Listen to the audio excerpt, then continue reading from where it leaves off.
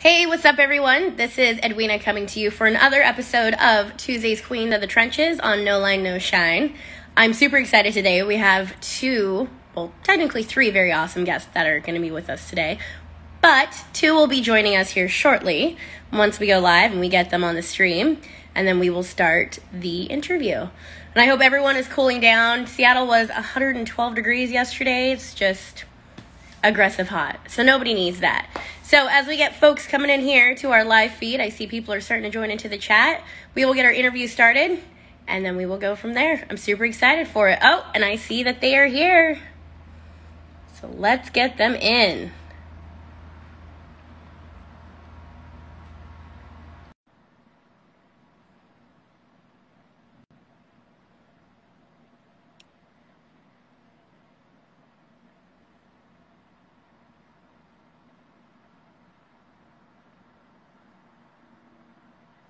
There we go.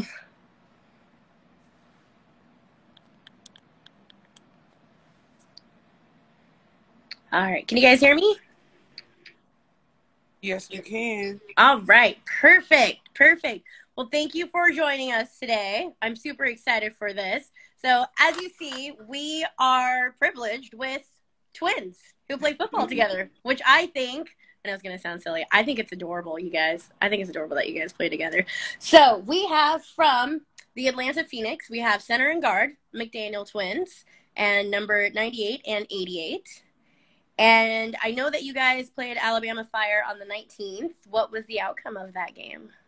We lost. 25-0 in the rain. Oh, Bad loss. it happens. It definitely happens. But, there's a lot of lessons that you're able to take away from that. I'm sure that was a game where, you came off the field and there's just a lot of things that you want to work on. And now you kind of know what to expect.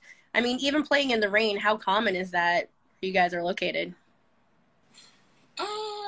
Truthfully. So this is we're rookies. Okay. Because of COVID, I'm like a second-year rookie. We didn't have a season last year, but yeah, came on this season. But this is our first time ever playing tackle in the rain. So okay. I did hear though that every time they play Bama, it seems to be always in the rain. Interesting. Different. Okay. Different. Okay. So noted, Bama. You mess with the weather. We see you. So I saw on your guys' Instagram, and I loved how you guys put it. So California bred, ATL fed. You guys originally from Cali. What part of California are you guys from? Richmond. Yeah. Awesome. And then how long have you guys been in Atlanta now? Forever. Forever. Yeah, 1999 is when we came out. Oh, wow. Yeah, so it actually has been forever now. Yeah. That's awesome. Yeah. And do you guys ever go back to go see family in California? Is everyone already kind of over in Atlanta? Oh, no, they're still there. We go back and forth, but most of the people are here. We still have brothers and sisters. Well, in California, Alaska, we're all over the place, honestly. Oh, wow. Awesome. Very cool. And what made you both start playing football? Honestly, it was, so we started playing flag first. Okay. Idea. A coach and her and a couple of other girls ended up starting this flag football team. So it started with that. And then through flag, we met a lot of the girls who played on Phoenix. And so like Shay and a couple other people, Amber, Alisa, they all were trying to get us to come on. And so that's how I started. So I tried out, made the team. COVID hit, so there was no season. And so now this time come around, next season come around, and we were actually able to play. She came on a week and a half before our very first game. My God. May 1st. So my first time hitting the field was the second to the last practice. Very first time putting on a helmet, very first time putting on pads, and yeah, I fell in love with practice. And I was gonna say, what was that experience like to come out like second to last practice, helmet, pads, get hit? Like what was going through your head? Well, I feel like the expectation was already kind of set high because a lot of these people who wanted me to come to Phoenix had already saw me play the same position but in full contact flag. So I had to live up to the expectation, and y'all told me I can hit people. So let's go. I love how seems to be like the get all, like when I ask other players, like, what made you play? They're like, we can hit people and it's okay. And we can hit people hard. And we like that. That is awesome. And so how does the family feel, you know, having the twins play? How does that kind of work out through the family dynamics and practice and all that stuff? Well, my daughter, it kind of didn't work, to be honest. I came out so late because my boyfriend didn't want me to play tackle football. And he kind of realized, I kind of forced him to realize that it was something I was going to do, kind of with or without his blessing. So he kind of just hopped on board and decided to go ahead and support. You don't really have a choice once I put my foot down. Or you was or he was going to be single. Yes. I really there you go. And so, yeah, I gave him the ultimatum, and he, you know, basically decided to go ahead and support me. My daughter, who's like our unofficial water girl, she's 15, so she loves it. She want to play football when she get older. Awesome. So my family's supportive. And then, yeah, the twin dynamic. Everybody wants to donate. Everybody wants to see our games. Yeah, it's nothing but support. That's awesome. Yeah, I was going to say, with the twin thing, you guys can totally trademark that. Like, lean into it. I've been trying to tell you that. I mean, well, there you go. Now you have a third party, so now you know it's meant to be. Okay. So, you know, obviously, since you guys play together, and that's such a cool dynamic to have, but to each of you, what does Queen of the Trenches mean to you? I feel like Trench Queen, like, everything starts and stops with the line. Like, you know, all the accolades and the recognition goes to the people catching the ball and scoring a touchdown. But truthfully, none of that is possible without this line, you know? So we're definitely not given the recognition that we deserve. But it's still a job that, you know, has to be done. The line, I probably wouldn't play in competition, honestly. Center, guard, yeah, if anything, I would try to go on, you know, defense, play some D-line, if the coaches ever allow me to. So, we'll see. But, yeah, respect is due. Trench Queen, yeah, respect is due for sure. So, awesome. What about you? I know I don't want to sound like a broken record, but, you know, and the name of this Instagram, No Line, No Shine, that's what it you know, it ends up being. If you know if your O-line don't hold those blocks long enough, you know what I'm saying, your quarterback can't get that ball out to who it's intended for. You know, there's always a job to get done on and off the field. So it means hard work and dedication. It means you know, picking up every loss, every down, and learning from it, turning it into a positive, and just remaining positive. You know. Definitely. And so when you guys are in practice together, do you guys ever go head to head just for fun?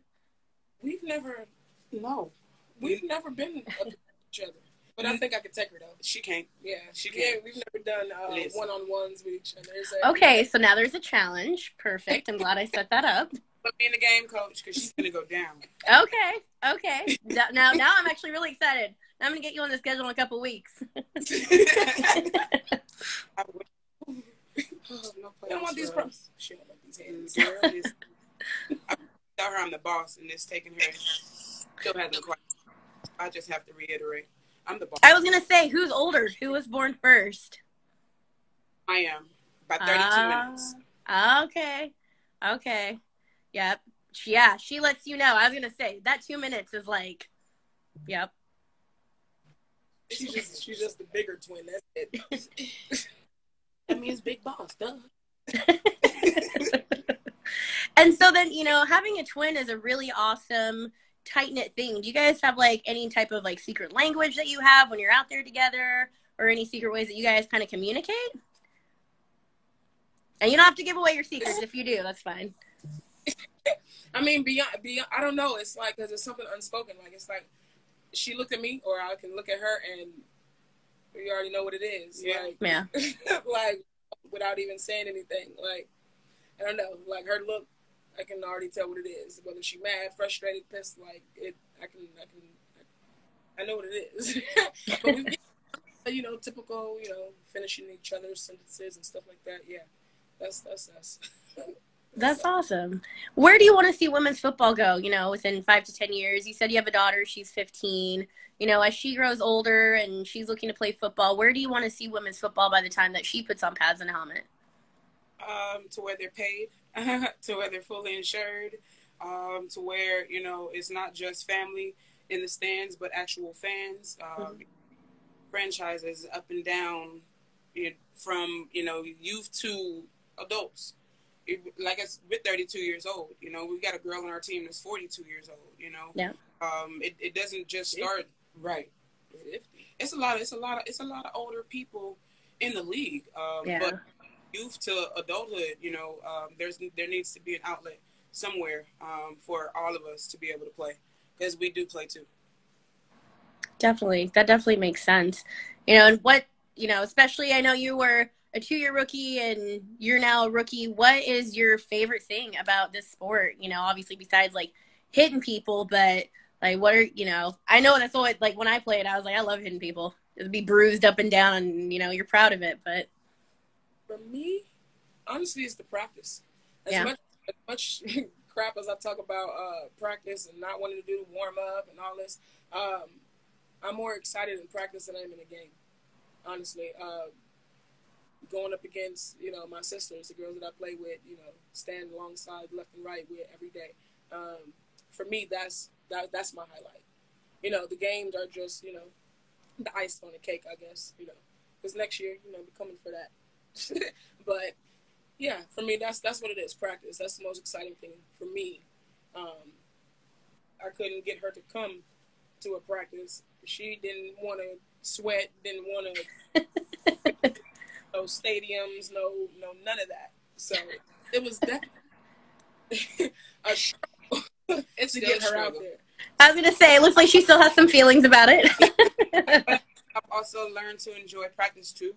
It gives me my time, or the time we need to perfect our craft. Mm-hmm. I would like to think that I'm very coachable. I think that I am, but it's a time to reflect and perfect our craft. Basically, getting down to the reason why we hit the field every Saturday. Definitely. And now, are you guys done for the season? Have you guys finished all your season games, or do you have one more left? No, that's it for us. That's it? Yeah, we were hoping to at least secure that 4th seed to go into the playoffs. But, yeah, we fell short. So it's back to the lab, come back next season, stronger. So that's what it is. Definitely. What's going to be your favorite off-season workout, since there's no real off-season when you play football? For me, it's step. I'm a step instructor. I do step aerobics. Nice. That's me. So outside of, all the physical stuff, and we'll see, because we actually have new coaches. New coaches this season, in the midst of the season, but not new to Phoenix. So I am excited to see what he has to bring and his coaching staff has to bring as a rookie, somebody that's not familiar with him. I know about him through flags, stuff like that. I've heard him. Our coach is awesome. But I want to actually get the experience, his camps, because I went through somebody else's camps last season. But see what his workouts are like, so, see how different it is, what I can gain from it. That's why I'm in this thing. I'm trying to lose some weight. That's probably what I'm looking forward to in the off season, getting in better shape. Like, I am, but I'm pretty. Is there such thing as a healthy big? Oh yeah, you can move. I can move. Yeah. I'm a healthy big. I'm a not agile, but I can move. Yeah. Little agile, just a little bit, but just toning all of this up. I weigh 282 pounds. I'm 5'9", so just toning everything up. I don't want to lose too much weight. I like my solid. I feel like you got to be a little solid to be on the line and getting them to take some of them blows. I got a bruise right now. probably can't. Ooh, yeah. That's Damn. happened from flag. So imagine what our bodies look like from tackle, you know? So, yeah. Yeah, for sure. Definitely. And then I also saw on your guys' Instagram, I love your little blurb at the top. It also said educated. So I would love to talk about both of your educational backgrounds and where you went to school. She got the most degrees, so let her start first. Okay. Okay, she doesn't have the most, but she just got hers quicker. Mind you, I have a kid. So I have an associate's in science. I wanted to be a nurse, so I was going to, go down that field, but I said, no, let me change my trajectory. And I went to Barter College for criminal justice. That Nice. school was down, and I finished up at Purdue. I got a bachelor's in criminal justice, working Nice. on masters in behavior analysis. Awesome. You have an associate's and bachelor's in criminal justice. I'm like a year away from my master's in forensic psychology. So that's what's next. Going to finish that, grab that master's, because I want to do like behavioral analysis. I think I got you into that. Too much CSI and NCIS and Law and Order. Man, we want to save the world. No, it's great. I love it. Like, I mean, shoot, we do not have a lot of women in that field at all. So by all means, please save the world, solve the crimes. Like, we need the help, obviously. Very awesome. So if you had the chance to pick any teams that will go into the championship game, who would your two teams be? And then who do you want to see win it all? I want to see somebody other than Texas. All right. Other than Texas. I'm gonna have to roll with you on that. You want to know what? I don't know. Maybe it's because when we played Mississippi, but we kind of like bonded for the folks who stayed that weekend for Mississippi. But to see, because we beat them our first game, and they came back a completely different team, and that's why I'm rooting for them. I feel like they're the underdog. I feel like they put in a lot of work, and I'm just excited to see they beat Bama. Like we played Bama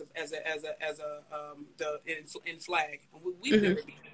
You know, they're a very physical team. You know what I'm saying? Those same girls that you see hitting every Saturday in pads and helmets, these are the same girls that's running these same plays in flag and dominate. Like, it's crazy. But they beat Bama. So I'm excited to see, them do something, do a little something, rattle the house just a little bit for Texas. But yeah, I'm gonna say Mississippi. They fight. They go back to the drawing board and come back with something you won't expect. Like, I can't do nothing but respect that. Yeah, and I think a lot of people kind of want to see that, how it was in the NFL. Like, Patriots kept winning and winning and winning. Then you got Mahomes comes out and you're like, all right, new blood, new talent. Like, you appreciate and you respect the craft. You understand it if it's a dynasty. But after a while, you're like, anybody else, though? That'd be great. Without me talking too much smack. I don't play, so. I don't know anything about Texas. I mean, aside from, following them and stuff, I've never played against them. Personally, I've heard, stories, about Phoenix against Texas and the other league and stuff like that, so definitely was looking forward to it. Even if we snatched that, number 4 seed, we would have been facing them anyways. Honestly, that's what I was looking forward to, because I'm trying to figure out, like, these people put on their shoes the same way we do. Yeah. Like, trying to figure out why people scared, like, yeah. What? So yeah, mindset, like, I'm trying to see, like, what it is. So we didn't get that opportunity, but next season. Yeah, exactly. I was gonna say, you never know how next season and the schedule comes out, and I mean that's all I've heard about when I've been interviewing different people is just Texas, and I'm like, all right, this is really interesting. So it's a lot of pressure kind of on them too, because they can't go into the championships and get blown out. I'll be like, but the whole season everyone was talking about you, and no jinx, Texas, but all of a sudden you only got 7 points. I know, I'm petty. I'm sorry, Texas, my bad. They're gonna stick on Mississippi. Mississippi is coming to spank it. She comes number 43, Tiger Lowe. Shout out to her. Number 3. She's 43. No, I'm talking about number 3. The one who be running circles around everybody. They running quarterback. Oh, Rashida Jackson. Or whatever. I don't know her name is. Regina Jackson. Her name was Regina Jackson. That girl be gone. Her. Yeah. That girl be gone.